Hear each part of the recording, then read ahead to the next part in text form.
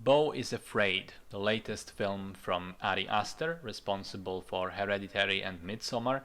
This one stars Joaquin Phoenix and has been described by the director himself as a Jewish Lord of the Rings where the character journeys to visit his mom's house, or alternatively, a 4 hour long nightmare comedy.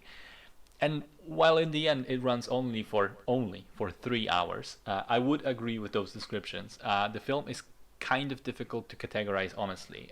While the previous two Ari Aster films were pretty firmly horror movies, this one is a mix of horror, dark comedy, really dark comedy, adventure film, and something of a drug induced fever dream. It made me think of some of the works of David Lynch, but also movies like Synecdoche, New York, The Truman Show, and surprisingly, The Wall by Pink Floyd, both the album and the accompanying film. The story, which I don't want to spoil too much of, but I think it's difficult to spoil it because it's so insane. The story follows Beau, a middle-aged man who, at the beginning, is planning a visit to his mother. It's very clear that there is some trauma from childhood, which makes him not so eager to go. He also seems to be very paranoid about leaving the house, which isn't a surprise when we explore his close neighborhood. But in the end, he does leave his apartment and begins a journey that is equal parts absurd, nightmarish, and epic.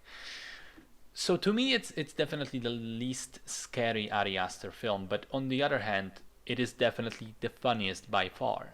Right from the get-go, the situations he puts his character in are so outrageously nonsensical and exaggerated that you can't help but laugh at them. It is also and the funny experience that I had at the movie theater. It was a pretty packed showing, and I think a large number of the people didn't really get the vibe of the film right away, because I remember the first 10 minutes or so I was laughing out loud because it was so funny to me. But I got the sense I didn't hear any other laughs, and I got the sense that the other people were sort of trying to trying to think if they should laugh, if this should be creepy, if this is this real, is this serious, what is this? And then later on, as the movie sort of revealed itself, a lot more people sort of got it and started laughing as well. It is also the strangest film from Aster, and one of the stranger films I've seen in general. It doesn't really follow real world logic. It's more like a dream or a bad trip throughout. You have to figure out what is going on, what are the themes, what the movie is even talking about. And I won't say it's perfect. I think it drags in the middle, and there is particularly a theater sequence which feels a bit out of place, a bit long, like this long tangent that the movie suddenly goes on and can't help but be brought back. And interestingly, this was described by Astor as the most important part of the film, and the key to understanding it. But anyway, some of its parts are, at least for me, still cryptic and not fully clear as to what they're meant to represent, or what was happening. But I will say that in general, it's possible to decipher the film. The film also has an amazingly strong first act, and at least to me, a really solid finale, with a final shot that is honestly a stroke of genius, and sort of forces the audience to participate in the story, to which the movie alludes to earlier on. So I thought it was a brilliant way to end the film. In general, there's a lot of foreshadowing and reveals which recontextualize the things that happened before, and you really need to pay attention to what's going on so that you don't miss anything. And then you sort of begin to think about certain elements of the film in a different way. Some of the sequences are disturbing, some of them are hilarious, some just strange without a good explanation.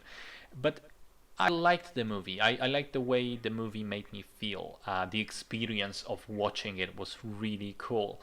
And also, I appreciate movies like this one that try to do something original. Even if they don't fully realize their potential and something doesn't work, I'd rather have that than another by the book Hollywood blockbuster.